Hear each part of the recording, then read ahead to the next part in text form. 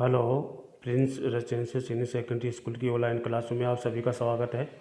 मैं आर के शर्मा, राजनीति विज्ञान का अध्यापक। आज 8/8/2020 का जो आपका टॉपिक है, क्षेत्रवाद की समस्याओं के समाधान हेतु उपाय कौन कौन से होने चाहिए ताकि क्षेत्रवाद की समस्या है उसको दूर किया जा सके। तो देखिए, कल तो मैंने आपको जो क्षेत्रवाद के पनपने के कारणों के बारे में चर्चा की थी और उसको उन कारणों को अच्छी तरह से एक्सप्लेन मैंने आपको कर दिया था। आज जो टॉपिक चलेगा वो चलेगा क्षेत्रवाद की समस्या के समाधान हेतु उपाय कौन कौन से करने चाहिए ताकि क्षेत्रवाद को दूर किया जा सके, जो समस्या क्षेत्रवाद की है उसको दूर किया जा सके। तो कुछ सबसे पहला जो उपाय है वो है संतुलन राष्ट्र नीति का निर्माण करना। ये कह रहे हैं कि जो नीति बनाई जाती है केंद्र के द्वारा या सरकार के द्वारा, जो नीति बनाई जाती है वो सभी के लिए सेम होनी चाहिए, समान होनी चाहिए।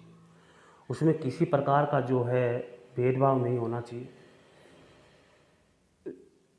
एक देश की नीति सभी जगह समान रूप से लागू होनी चाहिए। पूरे देश में एक ही नीति लागू होनी चाहिए। इससे क्या है, हमारे देश में जो विकास है या किसी आर्थिक है या सामाजिक है या सांस्कृतिक जो भी चीज़ें हैं वो सभी के लिए समान रूप से लागू होगी। इससे क्या है, किसी भी क्षेत्र के या राज्य के बीच में मनमुटाव नहीं होगा, भेदभाव नहीं होगा, क्योंकि एक ही नीति रहती है या एक ही नीति निर्माण होता है तो वो किसी प्रकार की कोई समस्या नहीं आती है, सभी के ऊपर एक साथ लागू होती है। इसलिए संतुलित राष्ट्र नीति का निर्माण करना चाहिए ताकि सभी के लिए संतुलित हो, बराबर हो, समान हो। देखिए, केंद्र सरकार का यह दायित्व बनता है कि वह सभी क्षेत्रों में समान विकास हेतु नीति निर्माण के जो समय जो राजनीतिक भेदभाव किए बिना ही संतुलित और समदर्शी नीति निर्माण करे। छोटे और संसाधनों की दृष्टि से अपेक्षा करते कमजोर क्षेत्र या अथवा राज्य के विकास की भी समान प्राथमिकता दे तो धीरे धीरे वहाँ के निवासियों में विश्वास पैदा हो जाएगा और क्षेत्रवाद का उग्र स्वरूप जो है वो भी शांत हो जाएगा। तो बहुत अच्छी, तो पहला उपाय जो है वो बहुत ही इम्पोर्टेंट उपाय है कि संतुलित राष्ट्र नीति का निर्माण किया जाए, सभी जगह एक समान लागू हो।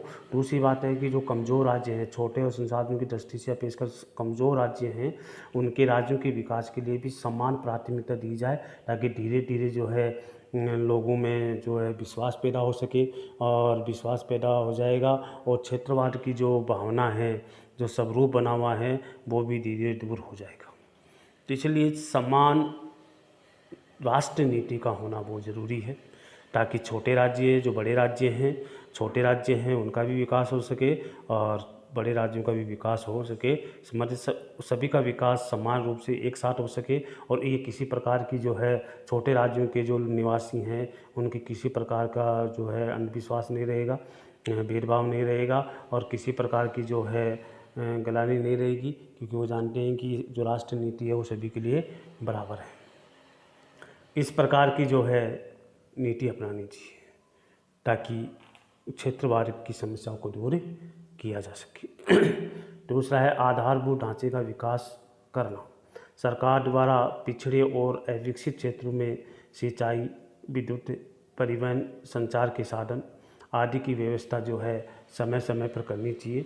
साथ साथ पेयजल की आपूर्ति आदि का समुचित विकास किया जाना चाहिए। और इसके बाद जो है क्षेत्रवाद को समाप्त करने के लिए आवश्यक है तो आधारभूत ढांचे का विकास है औद्योगिक प्रगति में सहायक होगा। तो ये कह रहे कि सभी प्रकार की सुविधाएं हैं वो हर राज्य में होनी चाहिए, हर क्षेत्रों में होनी चाहिए, जगह जगह होनी चाहिए। इससे क्या है कि किसी प्रकार की कोई भेदभाव नहीं होगा, सभी की जो आवश्यकता है वो पूरी हो जाएगी और आर्थिक विकास जो राजनीतिक, आर्थिक, सामाजिक जो भी विकास है सभी का बराबर होगा। और इसलिए अगर ये सब क्षेत्रवाद को समाप्त किया जा सकता है, सभी की सुविधाएं पूरी हों। तो इसके बाद औद्योगिक की जो प्रगति अधिक से अधिक हर राज्य में करनी चाहिए ताकि रोज़गार भी मिल सके, किसी प्रकार की कोई मनमुटाव नहीं हो। तीसरा है विकास के विशेष कार्यक्रमों का परियोजनाओं के रूप में प्रारंभ किया जाना। क्षेत्रवाद को समाप्त करने के विकास के विशेष कार्यक्रमों का परियोजनाओं के रूप में प्रारंभ किया जाना चाहिए। इस दिशा में सरकार प्रयत्नशील है, समय समय पर पिछड़े क्षेत्रों में भी विशेष विकास कार्यक्रम लागू कर क्षेत्रीय पिछड़ेपन को दूर करने का प्रयास करती है ताकि जो समस्याएं हैं, तो देखिए विकास के विशेष कार्यक्रम या परियोजनाओं के रूप में प्रारंभ करना चाहिए तो ये विशेष कार्यक्रम जिस प्रकार जो प्रयत्नशील सरकार समय समय पर पिछड़े क्षेत्रों में विशेष कार्यक्रम लगाया जाना चाहिए, लागू किया जाना चाहिए, ताकि उसके पिछड़ेपन को दूर किया जा सके। और वो कार्यक्रम कौन कौन से, जैसे सूखा संभावित क्षेत्र कार्यक्रम है, मरु विकास कार्यक्रम है, पहाड़ी क्षेत्र में विकास कार्यक्रम है, जनजातियों के विकास हेतु कार्यक्रम है, आदि कार्यक्रम समय समय पर जो है लागू किए जाने चाहिए या शुरू किए जाने चाहिए, ताकि जो छोटे बड़े पिछड़े जो क्षेत्र हैं उसमें किसी प्रकार का जो है असंतुलन नहीं रहे, सभी की जो है विकास बराबर रहे। और इसलिए छोटे राज्य और पिछड़े वाले राज्य भी सोचते हैं कि हमें समान दर्जा दे रखा है और हमारे विकास का कार्य भी किया जा रहा है। और विशेष राज्य का दर्जा दिया जाना चाहिए, जो पिछड़े से पिछड़े जो राज्य हैं उनको विशेष राज्य का दर्जा दिया जाना चाहिए, ताकि उनका विकास है तीव्र गति से हो सके और उनके मन में किसी प्रकार की कोई शंका नहीं हो। तो इस प्रकार का जो विकास, इस प्रकार के कार्यक्रम जो है समय समय पर लागू किए जाने चाहिए, ताकि हमारे देश में जो क्षेत्रवाद की जो समस्या है वो भी दूर की जा सके। चौथा है, छोटे राज्यों का गठन किया जाना चाहिए। देखिए, बड़े और विशालकाय राज्यों का विभाजन कर छोटे छोटे राज्य की स्थापना की जानी चाहिए, ताकि छोटे छोटे राज्यों की स्थापना होगी तो वो क्या है कि राज्य के हिसाब से आएंगे तो उनका विकास जो है समान रूप से सही ढंग से होगा।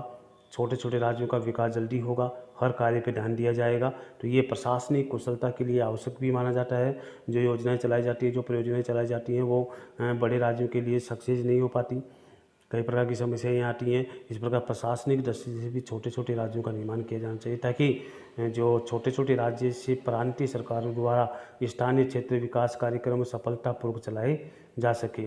और इस प्रकार जो केंद्र करों के वितरण में भी जो है हिस्सेदारी बढ़ती है।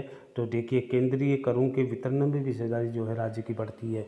इस प्रकार जो है उसका विकास धीरे धीरे किया जा सकता है। तो मैंने आपके जो है क्षेत्रवाद के जो समस्या के समाधान हेतु जो मैंने आपके 4 पॉइंट बताए हैं, बहुत इंपॉर्टेंट पॉइंट हैं और हमेशा एग्जाम में आपसे पूछे जाते हैं। हमेशा हर एग्जाम में जो है 2 पॉइंट, 3 पॉइंट, 4 पॉइंट या निबंधार्थ में क्वेश्चन भी पूछा जाता है। जो मैंने आपकी जो है क्षेत्रवाद की समस्या के समाधान हेतु उपाय कौन कौन से करने चाहिए, तो सबसे पहले उपाय मैंने आपको बताया है संतुलित राष्ट्रीय नीति का निर्माण करना। दूसरा उपाय बताया आधारभूत ढांचे का विकास करना। और तीसरा जो मैंने आपको बताया कि विकास के विशेष कार्यक्रम और परियोजनाओं के रूप में प्रारंभ करना। और चौथा बताया छोटे राज्यों का गठन करना। तो ऐसे करने से क्या है, हमारे देश में जो क्षेत्रवाद की जो समस्याएं आ रही हैं, क्षेत्रवाद की समस्या जो बार बार देखने को मिल रही हैं, वो समस्याएं दूर की जा सकती है। और हमारे देश का अर्थव्यवस्था में या जो व्यवस्था जो है उसको भी विकासशील बनाया जा सकता है, उनका भी विकास किया जा सकता है। समय समय पर सभी को समान रूप से जो है अगर महत्व दिया जाता है तो पूरे छोटे बड़े पिछड़े राज्य मिल करके हमारे देश के विकास में अपना योगदान दे सकते हैं। अलगाव की भावना नहीं होगी, किसी प्रकार के विभाजन की भावना नहीं होगी, किसी प्रकार की उनके मन में कोई शंकाएँ नहीं होंगी और असंतुलन की जो भावना है वो भी दूर हो जाएगी। तो हमें इस प्रकार के उपाय करने चाहिए, जिससे हमारे देश की अर्थव्यवस्था को मजबूत बनाया जा सके, इससे हमारे देश की अर्थव्यवस्था को और भी मजबूत बनाया जा सके। तो इस प्रकार की व्यवस्थाएं हमारे को करनी चाहिए।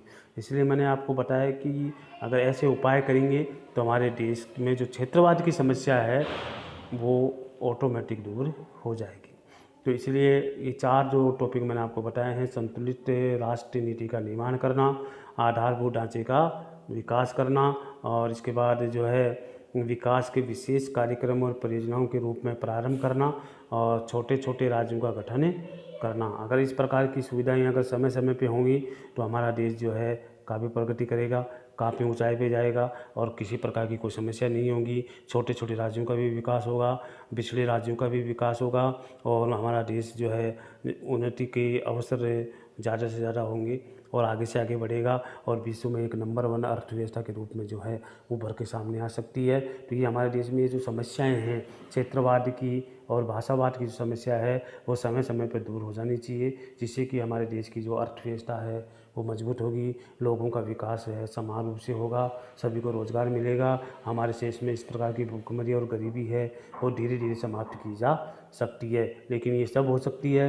जब हमारे अच्छी अच्छी नीतियाँ बना करके हमारे देश में लागू की जा सके और सभी को समान रूप से नीति बना करके समान रूप से लागू की जा सके, जब भी हम हमारे देश का विकास कर सकते हैं। तो मैंने ये 4 पॉइंट आपको अच्छे से समझा दिए गए हैं। इनको कॉपी में आपको अच्छे से करना है। किसी प्रकार की कोई समस्याएं अगर आपके सामने आ रही हैं तो आप मेरे से संपर्क कर सकते हैं। मैं आपकी समस्याओं का समाधान तुरंत करने की कोशिश करूँगा। इसलिए जो आपको पढ़ाया जाया है डेली की डेली पढ़े, डेली की डेली कॉपी में जो है नोट करें, और अच्छी राइटिंग में जो कॉपी में नोट करना है, अच्छी राइटिंग में लिखना है, ताकि आपको जो है आपकी राइटिंग में कोई समस्या नहीं आए और आपकी राइटिंग भी सुधर सके। इसलिए अगर कोई समस्या है तो आप मुझसे संपर्क कर सकते हैं। आज की क्लास में ये 4 पॉइंट बताएंगे। अगली क्लास में जो उसकी समस्या को समाधान करने वाले जो पॉइंट है क्षेत्रवाद के, वो अगली क्लास में आपको अच्छी से बताया जाएगा। आप तक तो जब तक जो आपको ये काम करना है अच्छे से करना है, और कोई समस्या है तो आप मेरे से संपर्क कर सकते हैं। आज आपको इतना ही पढ़ाया जाएगा। जय हिंद।